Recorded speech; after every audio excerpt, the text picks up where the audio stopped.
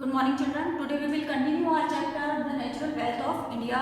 इस चैप्टर की previous class में हमने इम्पोर्टेंट नेचुरल रिसोर्सेज के बारे में, जैसे कि सॉइल है, सॉइल इरोजन और conservation, forest, in natural resources के बारे में जाना। तो ये जो नेचुरल रिसोर्सेज हैं, प्रकृति के दिए गए गिफ्ट हैं इंसान के लिए, उनका कंजर्वेशन, उनको बचाए रखना भी बहुत ज़रूरी है, क्योंकि वर्तमान में या प्रेजेंट टाइम में देखा जाए तो ये जो फॉरेस्ट हैं, जो प्लांट्स हैं, इन पर बहुत बड़ा खतरा मंडरा रहा है, जो ह्यूमन एक्टिविटीज़ है उनकी वजह से। जो फॉरेस्ट है, बहुत सारे वाइल्ड एनिमल्स और बर्ड्स के का घर भी है, और जो रिच हेरिटेज है वाइल्ड लाइफ की, इंडिया की बहुत रिच हेरिटेज है इंडिया की वाइल्ड लाइफ की। जैसे कि हमारा नेशनल एनिमल जो रॉयल बंगाल टाइगर है, सुंदरवन की फॉरेस्ट रॉयल बंगाल टाइगर का घर भी माना जाता है। साथ ही इंडियन रिवर्स, बहुत सारे जो वाटर एनिमल्स हैं उनका घर है, जैसे लाइक क्रोकोडाइल्स, टोटोइज। इसके साथ ही wild animals, tiger, panther, leopards, elephants, rhinoceros है, ये सब जो है वाइल्ड लाइफ का एक हिस्सा है। लेकिन जो ह्यूमन एक्टिविटीज़ है, इंसान की जो गतिविधियां हैं, उनकी वजह से इन वाइल्ड लाइफ पर और इन फॉरेस्ट पर बहुत बड़ा खतरा मंडरा रहा है। इंसान जंगलों को काट रहा है अपने फायदे के लिए, वहाँ पर रेजिडेंशियल बिल्डिंग्स बना रहा है, रहने के लिए घर बना रहा है, और इसके साथ ही बहुत सारी अदर बिल्डिंग्स या फैक्ट्रीज वगैरह बनाता है, और इसके लिए वो जंगलों को काट रहा है। और इस तरह से जो डिफॉरेस्टेशन हो रहा है, जंगलों को कट रहा है, जंगल कट रहे हैं, उसकी वजह से एक तो जंगल कट रहे हैं, साथ ही जो वाइल्ड लाइफ है उस पर भी बहुत बड़ा खतरा मंडरा रहा है। इस वजह से बहुत सारी स्पीशीज जो है वाइल्ड एनिमल्स की, बर्ड्स की, बहुत सारी ऐसी स्पीशीज या प्रजातियां हैं जो कि खत्म हो चुकी है और बहुत सारी खत्म होने की कगार पर भी हैं। तो इसलिए हमें जो हमारी वाइल्ड लाइफ है, जो हमारी फॉरेस्ट हैं, उनको बचाना हमारी एक जिम्मेदारी है। इसके लिए गवर्नमेंट्स भी बहुत सारे काम कर रही है। गवर्नमेंट ने लॉ बनाकर, जो डिफॉरेस्टेशन है यानी जंगलों को काटना है, उस पर लॉ बनाकर, कानून बनाकर रोक लगा दी है। साथ ही जो मेडिसिनल रिसर्च है, उसके लिए भी जो इलीगल हंटिंग होती है, गैर कानूनी जानवरों का शिकार होता है, उस पर भी रोक लगा दी गई है। इसी के साथ फॉरेस्ट को बढ़ावा देने के लिए, जंगलों को बढ़ावा देने के लिए और वाइल्ड लाइफ को बचाने के लिए गवर्नमेंट ने बहुत सारे national parks, wild life sanctuaries इनको बनाया है, इनको सेटअप किया है। साथ ही बहुत सारे ऑर्गेनाइजेशंस ऐसी हैं जो वाइल्ड लाइफ को सेव करने का या जो जंगली जीवन है उसको बचाने का काम करती है। उनमें से एक है SPCA, इसकी फुल फॉर्म है society for the prevention of cruelty to animals. Next हमारी PETA, PETA, people for the ethical treatment of animals. तो इस तरह से कुछ ये ऑर्गेनाइजेशंस भी है जो वाइल्ड लाइफ को बचाने के लिए काम करती है।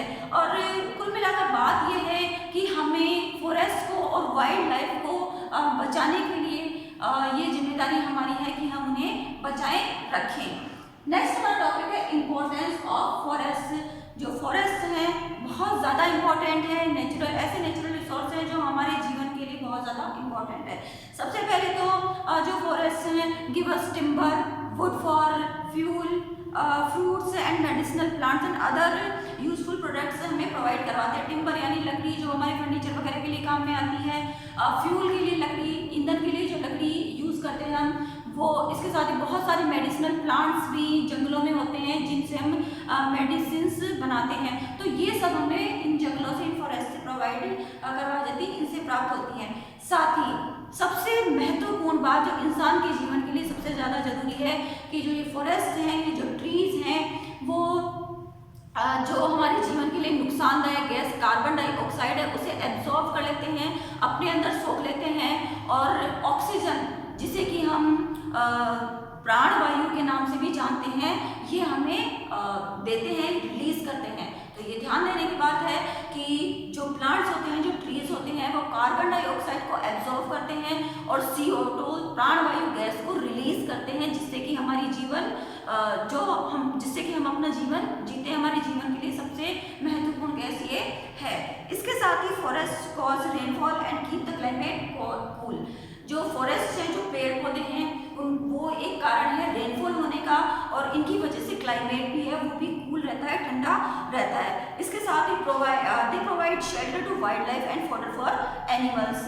वाइल्ड लाइफ या जंगली जानवरों का एक तरीके से ये घर है, ये जो जंगल है, साथ ही जानवरों के लिए फॉडर यानी चारा भी प्रोवाइड करवाते हैं ये फॉरेस्ट। इसके साथ ही they are the major source of wood pulp for making paper. जो ट्रीज है उनके वुड पल्प से पेपर जो बनाया जाता है, तो ये भी एक मेजर सोर्स है। ये ट्रीज जो है, ये फॉरेस्ट जो है पेपर बनाने का भी एक मेजर सोर्स है। इसके साथ ही आपकी बुक में डू यू नो नाम से एक हेडिंग दी गई, उसमें कुछ ऐसी जानकारियाँ दी गई है जो शायद आपको नहीं पता होगी, तो मैं आपको बताती हूँ। सबसे पहली बात, जो सॉइल होती है उसकी स्टडी जो होती है, या सॉइल के बारे में किस तरह की सॉइल है, क्या क्या उसमें चीज़ें होती हैं, कौन कौन से मिनरल्स होते हैं और किस किस जगह कैसी कैसी सॉइल होती है। तो इस तरह से कुल मिलाकर study of soil called pedology. Soil की जो स्टडी होती है उसे हम पेडोलॉजी के नाम से जानते हैं। साथ ही लाइटनिंग का मतलब है जो आकाश में बिजली चमकती है, वो जो है वो सॉइल के लिए एक बहुत ही ज़्यादा इम्पोर्टेंट सोर्स है सॉइल में नाइट्रोजन प्रोवाइड करवाने के लिए। नाइट्रोजन एक चीज़, ऐसा मिनरल हम मान सकते हैं जो कि सॉइल के लिए बहुत ज़्यादा ज़रूरी होता है, जिसमें हम प्लांट्स वगैरह, जिसकी वजह से प्लांट्स वगैरह ग्रो करते हैं। तो इस तरह से lightning is one of the source of which provide nitrogen to soil. Soil को नाइट्रोजन प्रोवाइड किया जाता है। एक महत्वपूर्ण सबसे सोर्स है लाइटनिंग, मतलब आकाश में चमकने वाली बिजली।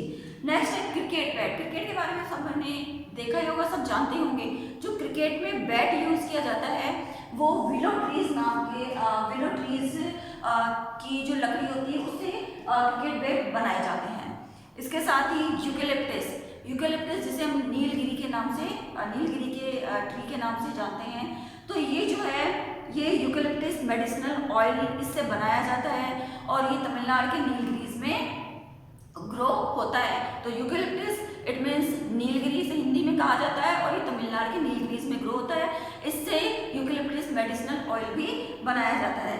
साथ ही इंडियन फॉरेस्ट रिसर्च इंस्टीट्यूट, ये उत्तराखंड के देहरादून में है। तो उत्तराखंड के देहरादून में Indian forest research institute located है। साथ ही इंडिया में बहुत सारे national parks, wild life sanctuaries government ने बनाई हैं। तो फर्स्ट नेशनल पार्क की हम बात करें तो इंडिया का फर्स्ट नेशनल पार्क है जिम कॉर्बेट नेशनल पार्क, जो कि उत्तराखंड में है। इसके साथ ही अगर वर्ल्ड की बात हम करें तो वर्ल्ड का फर्स्ट जो नेशनल पार्क है वो येलोस्टोन नेशनल पार्क है, जो कि 1872 में स्थापित किया गया यूनाइटेड स्टेट्स में, अमेरिका में। सो आई होप स्टूडेंट्स आपको conservation of forest and wild life, importance of the forest, जो भी नेचुरल रिसोर्सेज के बारे में मैंने आपको बताया वो आपको अच्छे से समझ में आ गया होगा। If you have any problem then you can ask me. Okay students, now